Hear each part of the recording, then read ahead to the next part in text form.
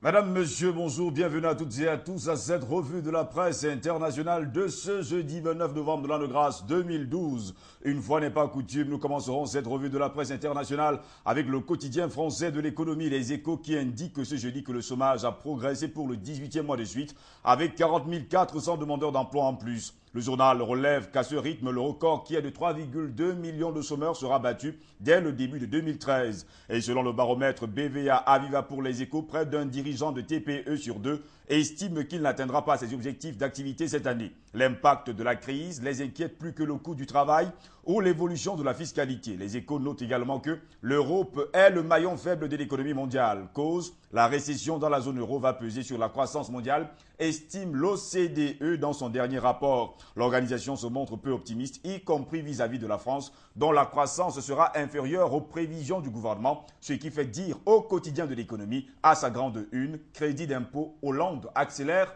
face au chômage. Même son de cloche à la une du quotidien Le Monde qui affirme que les chiffres du chômage explosent et note que 45 000 personnes se sont inscrites à Pôle emploi en octobre. La France n'a jamais eu autant de chômeurs, écrit le journal. Le Monde qui est aujourd'hui endeuillé par la disparition de son directeur de l'information, Eric Israelevich, qui est décédé brutalement mardi 27 novembre dernier à l'âge de 58 ans des suites d'un malaise cardiaque. Il était également l'auteur de plusieurs livres sur l'économie ou la Chine. Si on parle de chômage, le quotidien L'Est éclair nous dit, lui, que la pauvreté gagne toujours plus de terrain. Dans son dossier que vous trouverez en pages 2 et 3, il note que ceux qui n'ont souvent pour seul revenu que le RSA, les bénéficiaires de l'aide des associations caritatives auboises, comme la photo à la une du journal Les Restos du Cœur, sont de plus en plus nombreux. Et une situation que confirme Libération Champagne qui a pour une pauvreté l'aube durement touchée. Secours populaire, Restos du Cœur, Croix-Rouge, Secours catholique, les associations caritatives doivent faire face chaque année à un nombre croissant de bénéficiaires. Le quotidien de la capitale française, Le Parisien, s'interroge ce jeudi carburant qui a vraiment profité de la baisse. Selon le journal, la tentative d'encadrement du prix de l'essence par le gouvernement a coûté près de 500 millions d'euros avec la clé d'un bénéficiaire très mince pour les automobilistes.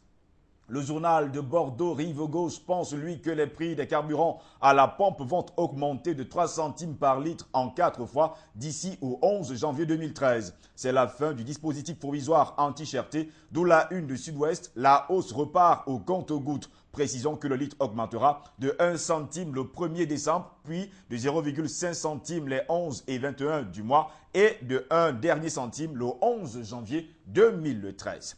D'autres chiffres qui font peur sont les chiffres noirs de l'amiante que la Voix du Nord et Dijon de Lille rapporte ce jeudi et indique que l'Observatoire régional de la santé a présenté des chiffres terribles. Dans les zones d'emploi de Dunkerque et Valenciennes, on meurt 3 fois plus de cancers de l'amiante que dans le reste de l'Hexagone. Des statistiques qui peuvent être reliées à l'activité des chantiers navals ou encore des termites attiantes et qui pourraient même être sous-évaluées. Le journal fondé par Jean Jaurès, L'Humanité, nous dit ce jeudi que l'ONU a rendez-vous avec l'histoire. L'Assemblée générale des Nations unies devrait voter en faveur de l'admission de la Palestine comme État observateur dès ce jeudi. L'Humanité qui reste égale à lui-même s'interroge en sa page 7, ArcelorMittal vers une nationalisation temporaire de Florence. Montebourg en tout cas confirme. Revenons sur le cas de la Palestine avec la une du quotidien catholique La Croix qui nous dit qu'à l'ONU, un pas vers la Palestine. L'Assemblée générale des Nations unies devrait accorder aujourd'hui jeudi le statut d'État non membre à la Palestine. Ce geste symbolique marquera un soutien au président palestinien Mahmoud Abbas.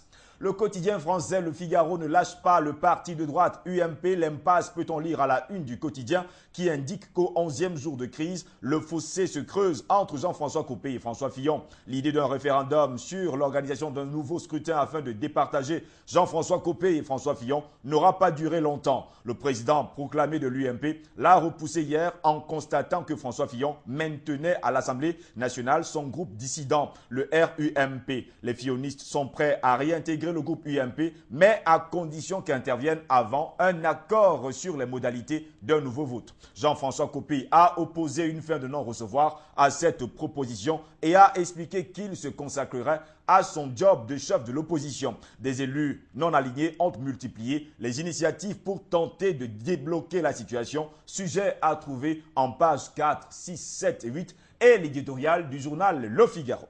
Le Figaro indique également ce jeudi qu'en Syrie, les rebelles sont désormais armés de missiles. Mercredi matin, les rebelles syriens ont abattu un chasseur-bombardier gouvernemental au nord-ouest d'Alep. L'utilisation de missiles sol-air pourrait changer le cours du conflit en faveur des insurgés, écrit Le Figaro ce jeudi.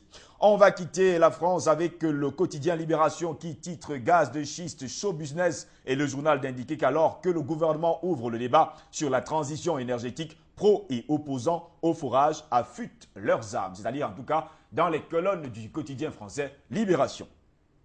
Dans les îles françaises, le quotidien de la Réunion et de l'océan Indien s'interroge ce jeudi. Crédit amputé pour la petite enfance vers Arras bis. Le journal répond que la Fédération internationale de la petite enfance reproche au Conseil général d'amputer son budget de 20%. La FDPE craint un nouvel Arras alors que 1800 emplois sont en jeu. Le Conseil général botte en touche du côté des communes, écrit le quotidien de la Réunion. En Belgique, le quotidien Dernière Heure revient sur un document exclusif et affirme que 176 policiers et 44 perquisitions pour un notaire véreux. L'histoire à la une du quotidien belge n'est que Agnès, 14 ans, qui a choisi de mettre fin à ses jours en route pour son école. L'adolescente a sauté mercredi matin depuis un pont sur l'autoroute Dernière Heure. Note que c'est encore un terrible drame qui s'est noué mercredi matin aux alentours de 8 heures. La Libre Belgique, autre quotidien belge, rapporte une affaire d'État et comme plusieurs journaux et quotidiens européens et mondiaux, nous affirme ce jeudi que la Palestine pourrait devenir ce jeudi l'État observateur de l'ONU. Une victoire diplomatique en vue pour le président palestinien Mahmoud Abbas. La grande une de la Libre Belgique est consacrée à l'UCL qui ne veut pas de la réforme de Marcourt. Le recteur de l'UCL, Bruno Delvaux, a écrit au gouvernement francophone. Il estime que le projet pourra nuire au rayonnement de son université.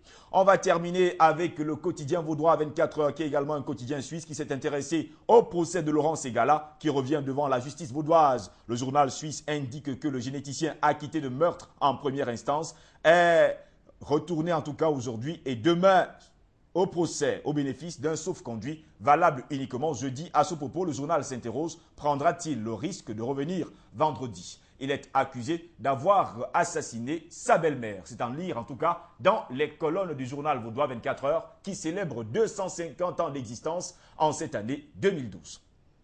Voilà, madame, monsieur, c'est tout pour la revue de la presse internationale de ce jeudi 29 novembre de l'an de grâce 2012. Au plaisir de vous retrouver demain vendredi. Restez sur Afrique Média, nos programmes se poursuivent. Bonne lecture et surtout à vos kiosques. Au revoir.